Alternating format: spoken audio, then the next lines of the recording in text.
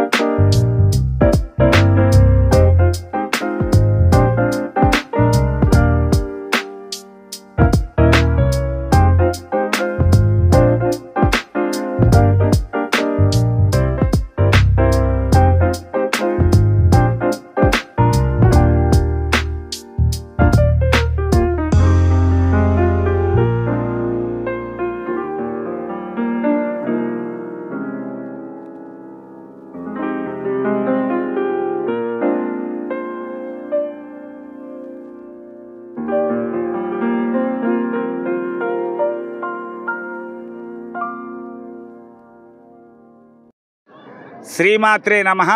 చక్కగా సహస్ర చండీ హోమం నిర్వహించినటువంటి సునీత మేడం గారికి ఇంతటి కార్యక్రమం పెద్ద ఎత్తున నిర్వహించడం అనేది చాలా కష్టతరంతో కూడుకున్నది.